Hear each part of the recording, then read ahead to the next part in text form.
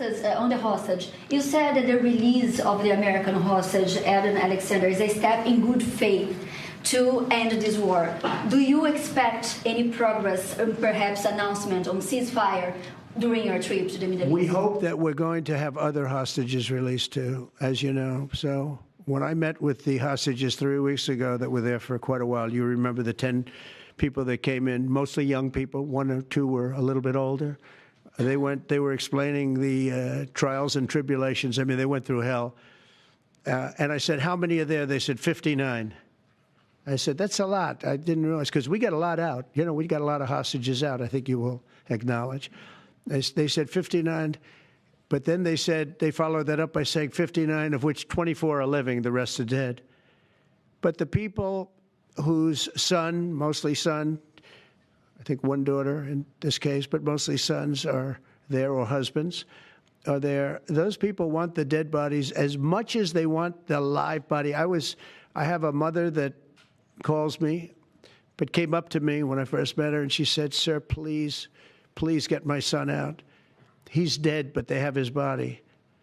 And I asked her about that, and it's as though he were alive. The level of wanting that body back is the same. It couldn't be any more, as though he were alive. So, you know, getting the bodies back is very important. That could be a thing having to do with the religion. It could be same. I was amazed at the level of importance. It's the same as if the son or husband or whatever was alive.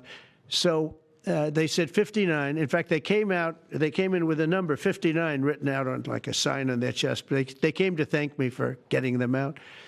And I said, what does the 59 mean? They said, well, that means there are 59 people. But then they said, but 24 are living. Now it's 21. The number's 21. So now it's actually, we'll get Eitan today. We think we're getting him today. So it's 20. So they have 20 live hostages there. The rest are dead bodies. Mr. President, are you open to negotiating your tariffs on cars, steel, and aluminum with China or any other country? Well, we're not even talking about that. We're bringing the car business back into this country. We have commitments, and not only commitments, they've already started construction on many plants. They've left Mexico in a few cases. In a few cases, they've left Canada. They're not going to build in Canada. They're going to build here because we have the market, and the tariffs have been amazing. The election and the tariffs. November 5th was a big day, and on top of that, of course, you wouldn't have the tariffs without the election, I guess, if you look at it. But we have at least 11 committed massive car factories that are going to be built, that are in the process of being built. And some are going through, some have actually started. We also have renovations of existing factories where they weren't utilizing the full factory from years gone by, and now they're under full renovation. They'll be opening up full factories in a very short period of time.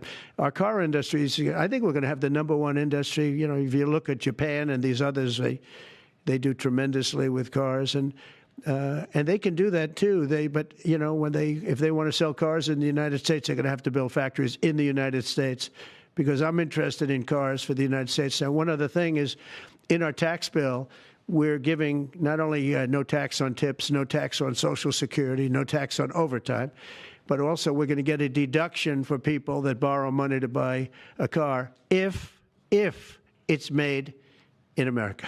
If it's not, we have no interest.